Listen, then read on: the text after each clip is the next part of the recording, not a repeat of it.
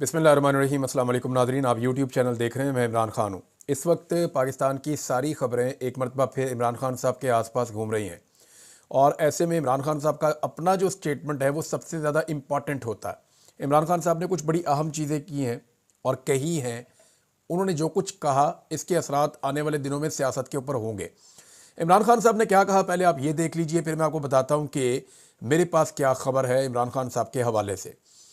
इमरान खान साहब ने मुख्तलिफ जगहों पर रिपोर्ट हुआ है और जो रिपोर्ट हुआ है वहीं से मैं आपको पढ़ के बताता हूँ कि एक्चुअली इमरान खान साहब क्या कहना चाह रहे हैं और उन्होंने कहा क्या है और बाहर खबर क्या आई जेल से। इमरान खान साहब ने कहा कि वो अपनी लीडरशिप के रवैये पर हैरान है। वो क़यादत पर अदम एतमाद नहीं कर रहे, लेकिन हैरानी उन्हें ज़रूर है कि बाहर सब खुशी खुशी रह रहे हैं। इमरान खान साहब ने अडयाला जेल में सहाफ़ियों से गैर रस्मी गुफ्तगू की और उसके दौरान उन्होंने कहा कि अखबार में छपी खबरों से ऐसा तासुर मिल रहा है कि बाहर दोस्ताना माहौल चल रहा है। खबरों से पता लग रहा है जैसे कुछ हुआ ही नहीं। मैं अपनी लीडरशिप के रवैये पर हैरान हूँ। मैं क़यादत पर अदम एतमाद नहीं कर रहा, लेकिन हैरानी है कि बाहर सब खुशी खुशी रह रहे हैं। मुझे मालूमात मिली हैं कि बाहर सब गुडी गुडी चल रहा है। इमरान खान ने कहा कि 5 दिसंबर को ATC समाअत के दौरान कारकुनों ने बताया कि गोलियां चली और लाशें गिरी। मुझे उमर अयूब ने कंफर्म किया। उसका बयान भी है कि हमारे 200 लोग लापता हैं। मैंने पार्टी को बताया है कि जो लोग लापता हैं उनकी तस्वीरें सोशल मीडिया पर डालें। उन्होंने कहा कि ऐनी शाहिदीन ने गोलियां चलते लोगों को गिरते खुद देखा है। डी चौक में लाइट्स बंद करके ऑपरेशन क्लीन अप किया गया। डी चौक का सानिया इतना बड़ा है कि लोग सदियों तक नहीं भूलेंगे। मुझे तवक्को थी कि इस मामले को पार्लियामेंट में जोर से उठाया जाएगा। अच्छा, ये इसको पहले आप यहां तक रोक लें। इमरान खान साहब ने आगे क्या कहा वो मैं आपको बाद में बताता हूं, लेकिन मामला ये है कि इमरान खान साहब की जो पार्टी की क़यादत है उसने मुकम्मल तौर पे मायूस किया है। आज 13 दिसंबर है और 26 नवंबर की रात को सानेहा हुआ था। 17 दिन गुजर गए, इसके बावजूद पाकिस्तान तहरीक इंसाफ की FIR का कोई मतन, FIR करवाना तो दूर की बात है, पुलिस स्टेशन तक चलकर जाना तो दूर की बात है। ये लोग कौमी असम्बली में रोज़ाना जाते हैं, सेनेट में रोज़ाना जाते हैं, लेकिन इन्हें कोई कुछ कहता नहीं है। आप ये अंदाज़ा कर लें कि मैं क्योंकि वो मौक़िफ़ नहीं ले रहा जो रियासत इस वक्त चाहती है। रियासत दबा के अपनी मर्ज़ी की बात कहलवाना चाहती है। मैं वो बात नहीं कह रहा तो मैं कहाँ, मैं इस्लामाबाद जाने का ख्वाब भी नहीं देख सकता, अपने घर जाने का भी नहीं सोच सकता हूँ।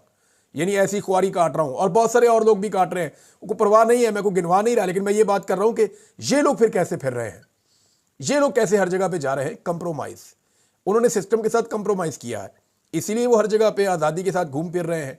और कंप्रोमाइज़ अब मैं नहीं कह रहा, इमरान खान साहब खुद कह रहे हैं कि गुडी गुडी चल रहा है। जो खबरें मेरे तक पहुँच रही हैं उनके मुताबिक तो ऐसा लगता है कुछ हुआ ही नहीं, हालांकि इतना बड़ा सानिया हो गया। इमरान खान साहब ने क्या कुछ कहा था अभी तक जो पार्टी लीडरशिप ने उसके ऊपर अमल दरामद नहीं किया, मैं आपको एक एक करके गिनवा देता हूं। इमरान खान साहब ने कहा था मुकदमा दर्ज करवाना है। अभी तक मुकदमा दर्ज करवाना तो दूर की बात है, किसी जगह पे ये पेश ही नहीं किया गया, कोई मतन सामने नहीं आया, कोई तहरीर सामने नहीं आई। FIR लिखने की जरूरत नहीं की पाकिस्तान तहरीक इंसाफ की क़यादत ने। क्यों नहीं की वो मैं आपको बाद में बताऊंगा, इसके पीछे क्या चल रहा है। इमरान खान साहब ने लापता अफराद के हवाले से जो भी अहकाम दिए अभी तक कोई अमल दरामद नहीं किया गया। और लापता अफराद के हवाले से एक लिस्ट वैसे मार्केट में सर्कुलेट कर रही है और उसको खैबर पख्तूनख्वा से जोड़ा जा रहा है कि उनकी जो खैबर पख्तूनख्वा की क़यादत है या वज़ीर आला हाउस है, वहाँ से वो लिस्ट जारी हुई है और उस लिस्ट के अंदर कोई 140 के करीब नाम अभी तक सामने आए हैं खैबर पख्तूनख्वा से, लेकिन किसी का ID कार्ड नहीं है, किसी का एड्रेस और बाकी चीज़ें नहीं है। तो एक मुबहम किस्म की लिस्ट आई है, उसमें मुकम्मल तफसीलात नहीं है। 17 दिन गुजरने के बावजूद लोगों की तस्वीरें अभी तक नहीं आई। इमरान खान साहब ने कहा सोशल मीडिया पे फोटोज लगाओ भी जो बंदे लापता हैं, कि बंदा नहीं मिल रहा, जिंदा है मुर्दा क्या हुआ इसके साथ, तो वो भी नहीं किया गया। अभी तक इसके ऊपर किसी किस्म का एक्शन नहीं हुआ, कोई डाटा प्रोवाइड नहीं किया जा रहा, ना खैबर पख्तूनख्वा हुकूमत की जानिब से और ना पाकिस्तान तहरीक इंसाफ की जानिब से। तो ये कंप्रोमाइज़ है, इमरान खान साहब को इसकी समझ आ रही है। इमरान खान साहब ने कहा कि अब हैरत हो रही है ये जो कुछ भी हो रहा है, और इमरान खान साहब को हैरत होनी ही चाहिए क्योंकि उन्होंने बड़ा एतमाद करके इन लोगों को इलेक्शन में खड़ा किया, इन लोगों को बड़े बड़े ओहदे दिए, इन लोगों को बड़ी बड़ी पोजीशंस दी, इनको खैबर पख्तूनख्वा में हुकूमत बनी तो वहाँ पे बड़े बड़े ओहदे दिए, लेकिन ये लोग इमरान खान साहब को लगातार मायूस कर रहे हैं। अभी तक ना तो लापता अफराद के हवाले से अदालत से रुजू किया गया, ना तो एफआईआर दर्ज करवाई गई, ना ही सीसीटीवी फुटेज को महफूज करने का कोई कदम उठाया गया। ये वो अहम चीज़ें हैं जो पाकिस्तान तहरीक इंसाफ को करनी थी, लेकिन उनकी कंप्रोमाइज्ड क़यादत ने इनमें से कोई काम नहीं किया। बल्कि इमरान खान साहब ने जो मौक़िफ़ अपनाया सिविल नाफरमानी की तहरीक का, और बकौल इमरान खान साहब के उनके पास अब कोई ऑप्शन नहीं है।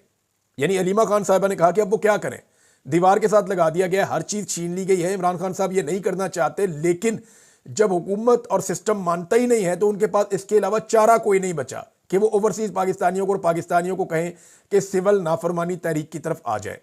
ये चीज़ हुकूमत के ऊपर दबाव तो बहुत डाल रही है, क्योंकि हुकूमत ने पाकिस्तान तहरीक इंसाफ को कहा कि अगर मुज़ाकरात करने हैं तो फिर आप सिविल नाफरमानी की तहरीक की कॉल वापस लें और आए बैठे मुज़ाकरात करते हैं। हुकूमत ट्रक की बत्ती के पीछे लगा के टाइम गेन करना चाहती है।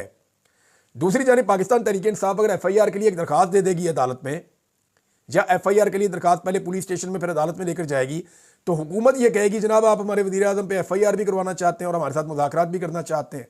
ये दोनों चीज़ें एक साथ नहीं चल सकती। तो ये चलना ऐसे ही है। इमरान खान साहब ने कहा कि आपने जाके सिविल नाफरमानी की तहरीक चलानी है, पीटीआई ने बाहर आके कमेटी बना दी, चलानी है कि नहीं चलानी। इस वक्त इमरान खान साहब को पाकिस्तान तहरीक इंसाफ के अंदर से मुज़ामत का सामना करना पड़ रहा है। पार्टी के ऊपर उनका कंट्रोल, वर्कर के ऊपर तो उनका पूरा कंट्रोल है, लेकिन पार्टी के अंदर जितने लोग हैं उनके ऊपर इमरान खान से ज़्यादा कंट्रोल निज़ाम का है।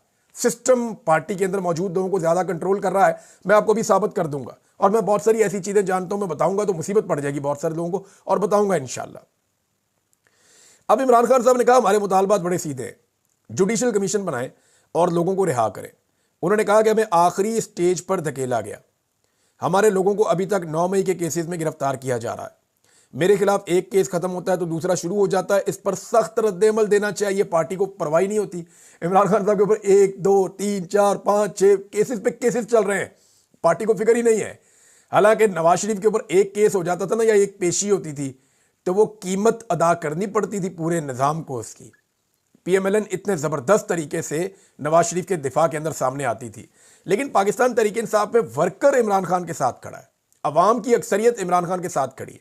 लेकिन इमरान खान साहब की जो लीडरशिप बाहर मौजूद है, जिसको इमरान खान साहब ने खुद चुना, उसको बहुत मेहनत के साथ कंप्रोमाइज़ करवा दिया गया है, या खामोश करवा दिया गया है, या डिस्क्रेडिट कर दिया गया है, या रूपोश करवा दिया गया है, और जो नहीं है तो बाकी गिरफ्तार करवा दिए गए हैं।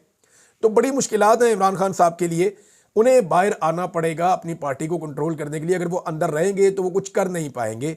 ये चीज़ें अब मुझे दिखाई दे रही हैं सिंपल। अच्छा, इसमें इमरान खान साहब ने कहा कि 26वीं तरमीम के जरिए अदलिया को कंट्रोल किया गया, लोग एहतजाज करते हैं तो उन पर गोलियां चलाते हैं, इस मुल्क का वाहिद हल अब इनकलाब ही है। ये भी इमरान खान साहब ने कहा। फिर इमरान खान ने कहा कि 15 दिसंबर को यौम सोग बनाएंगे, अगर मुतालबात ना माने गए तो सिविल नाफरमानी की तहरीक की तरफ जाना पड़ेगा। उन्होंने सिविल नाफरमानी के अलावा हमारे लिए कोई रास्ता नहीं छोड़ा। सिविल नाफरमानी की तहरीक के दौरान तरसीलात ज़र पाकिस्तान ना भिजवाने की मुहिम तगड़ी होगी। ये इमरान खान साहब का अंदाज़ा है। इमरान खान साहब ने कहा कि जनरल फैज़ हमीद से मेरी जितनी मुलाकातें हुई वो जनरल बाजवा की इजाज़त से हुई। यानी जनरल बाजवा जब तक आर्मी चीफ थे तब तक ही हो सकती थी ना, उसके बाद तो नहीं। फिर इसका मतलब है इमरान खान साहब ये कह रहे हैं कि जब जनरल बाजवा आर्मी चीफ नहीं रहे तो मैं फिर फैज़ हमीद से कनेक्टेड नहीं था। और मैंने आपको ये खबर पहले दी थी कि इमरान खान साहब का फैज़ हमीद से जो कॉन्टैक्ट था वो तब तक था जब वो प्रोफेशनली काम कर रहे थे, और जब प्रोफेशनली वो बाहर हो गए काम से या उस मैदान से, तो फिर इमरान खान साहब उनके साथ राब्ते में नहीं थे। हत्ता कि एक वक्त ऐसा आया कि इमरान खान साहब ने उनको ब्लॉक भी कर दिया था। मेरे एक सोर्स ने मुझे उस वक्त बताया था, मैंने ये खबर उस वक्त दी भी थी 2022 में मई के महीने में। तो जनाब उसमें यह है कि उन्होंने कहा जी जनरल फैज़ जाकर जनरल बाजवा को ब्रीफ करता था। जनरल फैज़ पर चार्जशीट हाउसिंग सोसाइटी की है, 9 मई का इल्ज़ाम है, तो जनरल बाजवा को भी इसमें बुलाएं। जनरल फैज़ जनरल बाजवा के मातहत था, ये जनाब इमरान खान साहब ने कहा। फिर बुशरा बीबी के खिलाफ जो ट्वीट किया गया उस पर इमरान खान साहब ने रद्द-ए-अमल दिया कि वो गलत है, वो नहीं होना चाहिए। सलमान अहमद साहब को उन्होंने तनकीद का निशाना बनाया कि ये अहमकाना हरकत है जो की गई है, पागलपन है। अब ज़रा आप इसको थोड़ा सा देखेंगे। इमरान खान साहब कह रहे हैं कि मेरे पास रास्ता कोई नहीं है, मुझे अब तहरीक चलानी पड़ेगी। दूसरा उन्होंने ये कहा कि लोग सदियों तक भी नहीं भूलते, और ये जो कुछ भी है लोग इसको कभी नहीं भूलेंगे जो डी चौक में हुआ। उन्होंने इमरान खान साहब ने जनरल डायर वाले वाक़े का जिक्र करते हुए ये भी कहा कि लोग सदियों तक नहीं भूलते। लेकिन यहाँ पे मामला ज़रा मुख्तलिफ है कि पाकिस्तान तहरीक इंसाफ ने अभी तक इमरान खान साहब के कहने के ऊपर किसी भी चीज़ के ऊपर अमल दरामद नहीं किया। जो चीज़ें भी उन्होंने कहीं उनके ऊपर अमल दरामद नहीं हुआ। दूसरी जो बहुत इंपॉर्टेंट खबर है वो अलीमा खान साहबा के हवाले से है, और इमरान खान साहब की वाइफ ने भी इस खदशे का इजहार किया, बहुत सारे और लोगों ने भी, कि इमरान खान साहब की जान को ख़तरा है और सिस्टम ने पूरा टेस्टर लगा के देख लिया है। मेरा एक सोर्स है, मैं उसको डिस्क्लोज़ नहीं कर सकता, लेकिन उसने मुझे जो खबर दी है वो मैं आपके साथ शेयर कर देता हूँ। और उसने मुझे ये कहा कि इमरान साहब, आपको क्या लगता है कि डी चौक में जो कत्लेआम हुआ इसके पीछे वजह क्या है? यानी अगर लोग आ जाते, आकर वहाँ बैठ जाते और एहतजाज करते तो इससे क्या होता? यानी लोग डिस्पर्स हो जाते आहिस्ता आहिस्ता। अली अमीन गंडापुर या बाकी लोग हैं, या पाकिस्तान तहरीक इंसाफ की क़यादत है, जब वो कारकुनों के साथ नहीं बैठेगी तो आहिस्ता आहिस्ता लोग वापस जाना शुरू हो जाएंगे। तो ये उन्होंने कहा कि ये इतना कोई रॉकेट साइंस नहीं है, इसको ज़रा आप समझें थोड़ा सा, मैं आपको कुछ चीज़ें बताना चाहता हूँ। ये बताएं। उन्होंने कहा जी मामला ये है कि ये चेक किया गया है कि पाकिस्तानी लोगों का और पाकिस्तान तहरीक इंसाफ का रद्द अमल क्या होगा अगर कोई इंतहाई सूरत हाल हो जाती है। तो इमरान खान साहब की जान खतरे में। देखें, ये बात इमरान खान साहब अपने मुंह से एक मरतबा नहीं कई मरतबा कह चुके हैं, और वो ये भी बता चुके हैं कि अगर उन्हें कुछ हुआ तो कौन जिम्मेदार होगा। दूसरा, इमरान खान साहब ने पाकिस्तानी लोगों से मुखातिब होकर पहले कह दिया था कि अगर मुझे कुछ हुआ तो मुझे आपने इंसाफ दिलवाना है। ये पाकिस्तानियों को इमरान खान ने कहा था, अपनी पार्टी को नहीं कहा था। वो भी जानते हैं कि उनकी पार्टी की क्या कैपेसिटी है। आज उन्होंने मायूसी का इजहार भी किया अपनी पार्टी से। पहले अलीमा खान का स्टेटमेंट ले लें, फिर मैं आपको पूरी बात बताता हूं कि मुझे क्या बताया। उन्होंने कहा जी इमरान खान की ज़िंदगी को ख़तरा है। कोई भी वाक़या होता है, बाद औक़ात दहशतगर्दों का नाम लगा दिया जाता है। मैं कंफर्म कर रही हूँ कि इमरान खान की सेहत बिल्कुल ठीक है, मेडिकली वो बिल्कुल फिट है, लेकिन उन्हें हार्ट अटैक करवाया जा सकता है, जहर दिया जा सकता है, कुछ भी किया जा सकता है। इमरान खान की जान को ख़तरा है। उन्होंने बार बार ये बात दोहराई है। यही बात जो है वो इमरान खान साहब की अहलिया ने भी दोहराई है, उन्होंने बार बार ये बात की है। मुराद सईद भी इन खदशात का इजहार कर चुके हैं। कासम सूरी साहब ने भी यही बात की थी। मैंने उनसे रब्ता करके पूछा, मैंने कहा जी आपको ये क्यों लगता है? उन्होंने कहा जी हमें पता है कि ये सिस्टम इमरान खान को कभी भी एक्सेप्ट नहीं करेगा और एलिमिनेट करने की कोशिश करेगा। और इमरान खान साहब ये बात खुद एक मरतबा नहीं दर्जनों मरतबा कर चुके हैं। तो ये बात तो कंफर्म है कि उनकी जान को खतरा। वापस आ जाए मेरे सोर्स की खबर उसकी तरफ। उन्होंने कहा जी पाकिस्तान तहरीक इंसाफ ने यह साबित कर दिया, उसकी लीडरशिप ने, कि निज़ाम के हम मुकम्मल तौर पे वफादार हैं। ये जो कत्लेआम हुआ डी चौक में, उसमें 3 चीज़ें चेक की गई हैं। नंबर 1 कि इंस्टेंट अवामी रद्दअमल आएगा या नहीं आएगा। नंबर 2, अवामी रद्दअमल आया तो उसको कैसे कुचला जा सकता है, उसे कैसे कंट्रोल किया जा सकता है, मीडिया पे कंट्रोल कैसे होगा, और हर चीज़ को अगर कंट्रोल में रखना है, अदालतों को, मीडिया को, सारी चीज़ों को, तो कैसे कंट्रोल में रखा जाएगा। दूसरा टेस्टर ये भी हो गया, एक अवाम का, एक मीडिया का, अदालतों का और पूरे सिस्टम का। और तीसरा जो इंपॉर्टेंट टेस्ट था वो ये था कि पाकिस्तान तहरीक इंसाफ कितनी वफादारी साबित करती है। तो पाकिस्तान तहरीक इंसाफ की मौजूदा क़यादत ने बहुत वफादारी साबित की है निज़ाम के साथ, क्योंकि इमरान खान ने जो जो उन्हें कहा उन्होंने वो नहीं किया, और निज़ाम ने जो जो उनसे एक्सपेक्ट किया उन्होंने वो सारा कुछ किया। मिसाल के तौर पे इमरान खान साहब ने कहा FIR करवाओ जाके, इन्होंने नहीं करवाई, अभी तक तहरीर तक सामने नहीं आई। मिसाल के तौर पे इमरान खान ने लापता अफराद के हवाले से मामला उठाने को कहा, इन्होंने नहीं उठाया। इमरान खान ने कहा भाई उनकी तस्वीरें लगाओ, रोला डालो, इन्होंने कुछ भी नहीं किया। उनकी बाजियाबी के लिए अदालतों से जाकर रुजू भी नहीं किया। तो ये चेक किया गया।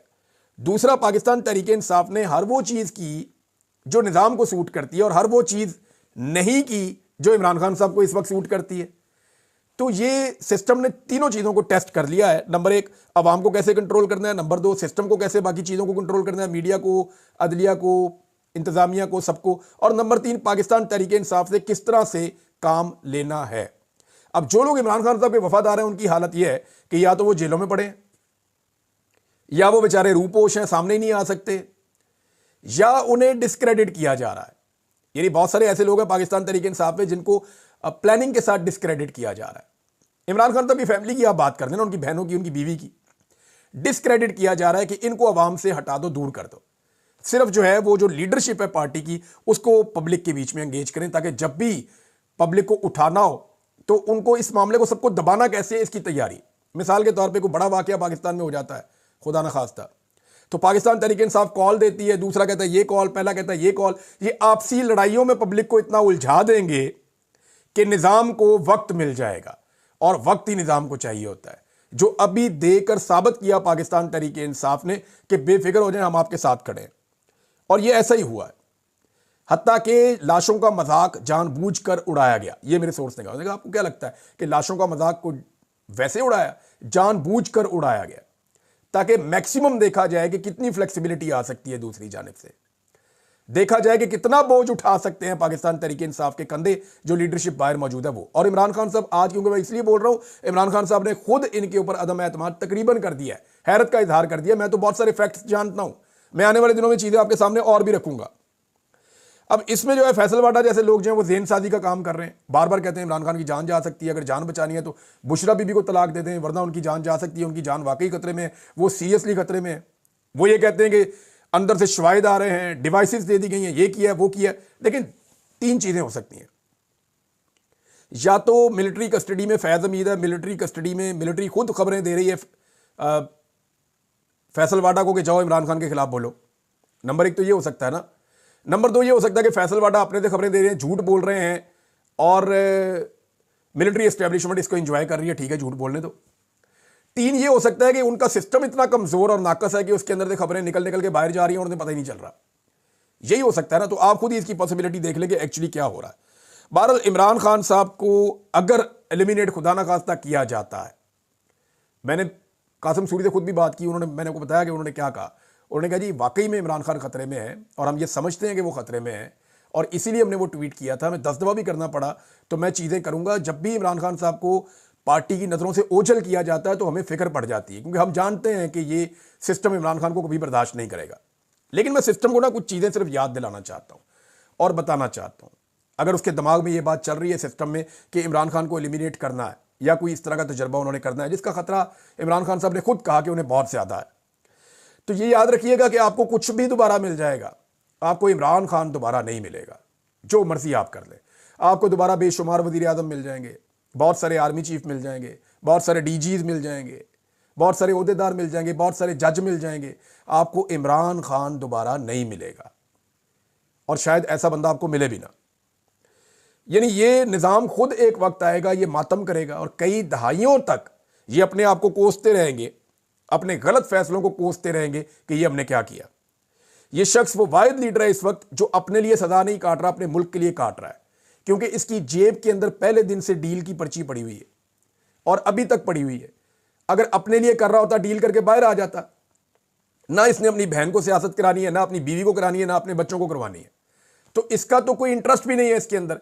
तो सिर्फ अपने मुल्क और अपने लोगों के लिए इमरान खान जेल काट रहा है। अगर इक्तदार चाहिए होता तो डील करके बाहर आता, इक्तदार ले लेता, कौन सा मुश्किल काम था भाई। नवाज शरीफ को और जरदारी को इक्तदार दिलवाना बहुत मुश्किल काम है, बहुत मुश्किल काम है, नामुमकिन है जिसको मुमकिन किया हुआ है। इमरान खान अगर डील कर दे तो इक्तदार दिलवाना तो बहुत आसान काम है, पब्लिक खुद इमरान खान को इक्तदार दे देगी। लेकिन वो आदमी पाकिस्तान के लिए और पाकिस्तानियों के लिए खड़ा हुआ और ये वो आदमी है जो ब्रांड है, इससे पाकिस्तान इस वक्त फायदा उठा सकता है। कैसे? ओवरसीज पाकिस्तानियों या गैर मुल्कियों को पाकिस्तान में सरमाया लाने पे अगर कोई राग़िब कर सकता है ना इस वक्त, तो वो इमरान खान है। इस वक्त ये वाहिद आदमी है जो पाकिस्तानियों को, पूरी कौम को, बल्कि नौजवानों को उनकी मायूसी को मिटा सकता है, उनको दोबारा से हौसला और एतमाद दे सकता है। ये इमरान खान कर सकता है, बाकियों से नहीं होगा। आप करके देख लें, जितनी दफा मर्जी आप करके देख लें। आप सिर्फ अपने मफाद के लिए या अपने दुश्मन के तौर पर इमरान खान को ना देखें, आप उसको एक पाकिस्तानी के तौर पर देखें। आपको और बहुत सारे दुश्मन मिल जाएंगे, बहुत सारे दोस्त मिल जाएंगे, आपको दोबारा इमरान खान नहीं मिलेगा। ये बात मेरे से आप लिख कर ले लें। लिहाजा सिस्टम को जो है वो होश के नाखून लेने चाहिए और इमरान खान से नफरत करने की बजाय उससे बात करनी चाहिए। देखें, वो आपसे हारेगा नहीं, आपसे हार नहीं मानेगा। ये सारी दुनिया जानती है, आप भी जानते हैं। इमरान खान आपसे हार नहीं मानेगा, लेकिन अगर वो चाहे तो आपको हारने भी नहीं देगा। पाकिस्तान के लिए वो इतना कर सकता है कि वो आपको भी हारने ना दे, क्योंकि for the sake of this country वो ये लड़ रहा है मामला। अगर आपको ये लगता है कि वो जीत जाएगा, उसमें आपकी हार है, तो वो आपको हारने भी नहीं देगा। मैं इमरान खान को इतना तो जानता हूं। अब सोचना यह है कि आज इमरान खान कहां खड़ा है और आप कहां खड़े हैं। मेरी बातें शायद आपको अभी समझ नहीं आएंगी, हो सकता है कि समझने में आपको बहुत देर हो जाए, लेकिन एक गुजारिश है कि इसके ऊपर सोचिएगा जरूर। नाज़रीन, अब तक के लिए इतने, अपना ख्याल रखिएगा, अपने इस चैनल का भी। अल्लाह हाफ़िज़।